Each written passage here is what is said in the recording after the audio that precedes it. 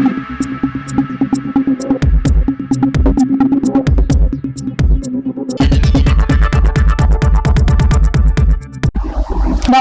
সময় বাংলা সংবাদে আপনাদের স্বাগত। আপনাদের সাথে আমি প্রীতি। দেখে নেব আজকের বিশেষ বিশেষ সংবাদ। পূর্ণ বন্দে মাতরম গাওয়ার দাবিতে মেদিনীপুরে বিজেপির বিক্ষোভ মিছিল। বন্দে মাতরম গানের পূর্ণাঙ্গ রূপ অর্থাৎ ৬টি স্তবক গাওয়ার দাবি জানিয়ে কংগ্রেসের বিরুদ্ধে সরব হল বিজেপি।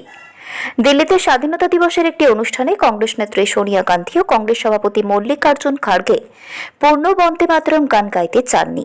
এই অভিযোগ তুলে দেশ জুড়ে প্রতিবাদ কর্মসূচি করছে বিজেপি। রবিবার বিজেপির উদ্যোগে মেদিনীপুর শহরে আয়োজিত হয় প্রতিবাদ মিছিল। মিছিল থেকে বন্দে মাতরম নিয়ে কংগ্রেসের অবস্থানের তীব্র সমালোচনা করেন বিজেপি নেতৃত্ব।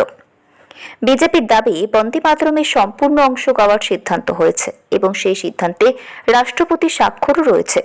তাই জাতীয় ভাবাবেগের সঙ্গে যুক্ত এই সঙ্গীতের পূর্ণাঙ্গ রূপ গাওয়া উচিত বলেই দাবি বিজেপির।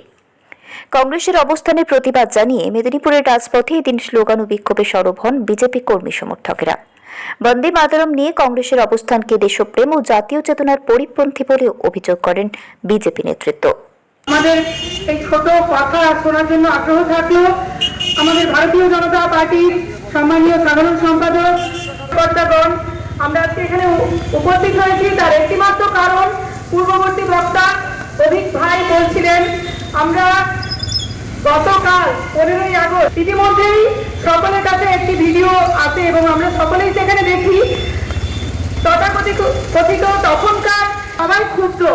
আমরা সকলেই ভারতবর্ষের এই বন্দে মাতরম এই গানটিকে আমরা রাষ্ট্রীয় গীতের আখ্যা দিয়েছি। আপনারা সকলেই আমরা আমাদের রাষ্ট্রীয় গীতের আখ্যা দেওয়া হয়, তারই 150 বছর পূর্তি আপনারা সকলেই জানেন।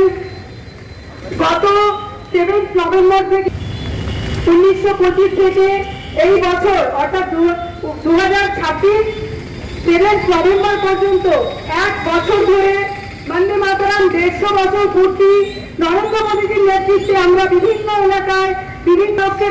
এলাকায় 1 বছর ধরে বিভিন্ন রকম অনুষ্ঠান পালন করতে যাচ্ছি। ইংলিশ মিডিয়াম থেকে শুরু করে বাংলা মিডিয়াম সঙ্গীত কি বন্দে মাতরমের যে সেই মানে হলো মাকে প্রণাম, অর্থাৎ মাটিকে প্রণাম জানানো। আমরা মেদিনীপুর সাংগঠনিক জেলার পক্ষ থেকে ক্ষুদিরাম মোড়ে কালেক্টর গেটের সামনে আমরা এই বৃষ্টির মধ্যেও সবাই উপস্থিত হয়েছি বিক্ষোভ প্রদর্শনের জন্য। কারণ আপনারা জানেন, আমরা সবাই দেখেছি গতকাল সোশ্যাল মিডিয়ার মাধ্যমে খবরের মাধ্যমে প্রত্যেকেই দেখেছে গতকাল ছিল আমাদের স্বাধীনতা দিবসের 80তম স্বাধীনতা দিবস। এই এত বড় কার্যক্রম গোটা দেশ জুড়ে যখন মানুষ এই স্বাধীনতা দিবসকে উপভোগ করছেন, আমাদের দেশের মাননীয় প্রধানমন্ত্রী সকাল 7টার সময় এই দেশবাসীর উদ্দেশ্যে ভাষণ রাখছেন, সেই এবং বিশেষভাবে এই বন্দে মাতরম তার 150 বছর পূর্তি চলছে। সেই বন্দে মাতরম 150 বছর পূর্তি এবং 80তম স্বাধীনতা দিবসে কংগ্রেস পার্টি যারা নিজেদেরকে স্বাধীনতার অগ্রদূত ভাবে যারা স্বাধীনতা এনেছে, যারা দেশের জন্য চিন্তা ভাবনা করে, তারা এতটাই দেশাত্মবোধ যে দেশের জাতীয় সঙ্গীত গাইতে তাদের কিন্তু অসুবিধা। তারা দেশের যে সম্পূর্ণ জাতীয় সঙ্গীত সেই জাতীয় সঙ্গীত গাইবে না। সেই আপনারা সোশ্যাল মিডিয়াতে দেখা গেছে ওনাদের যে সভানেত্রী, ওনার যে নেত্রী মানে সোনিয়া গান্ধী, উনি কিভাবে কালকে জাতীয় সঙ্গীত গাওয়ার সময় বাধা দেওয়ার চেষ্টা করেছেন, বন্ধ করার চেষ্টা করেছেন। তার সঙ্গে সঙ্গে খাগড়ে এবং রাহুল গান্ধী প্রত্যেকেই এর বিরোধিতা করেছেন, পূর্ণ গান গাইবে না। কিন্তু আমাদের এখন নিয়ম হয়েছে, সংবিধানে পাস হয়েছে, রাষ্ট্রপতি সই করেছেন, সর্বত্র স্কুলের বাচ্চারা পর্যন্ত পূর্ণ জাতীয় সঙ্গীত বন্দে মাতরম গাইছেন, কিন্তু ওনারা গাইবেন না। ওনারা কোনোদিনও সংবিধান মানেন না, সংবিধান ওনারা তৈরি করেন, ওনারা ভাবেন যে ওনারাই যেটা করেছেন সেটাই হচ্ছে দেশের সংবিধান, কিন্তু আদৌ যে সেটা নয়। আগে গোটা দেশবাসী দেখছে, পুরো দেশ জুড়ে বিরোধিতা চলছে। আমরাও ভারতীয় জনতা পার্টি এর তীব্র নিন্দা করছি এবং প্রতি জায়গাতেই আমরা বিরোধিতা করবো, ভবিষ্যতেও করব। আজকে আমরা এই কর্মসূচির জন্য আজকে এই কালেক্টর মোড়ে আমরা জমায়েত করেছিলাম প্রতিবাদ দেখানোর জন্য।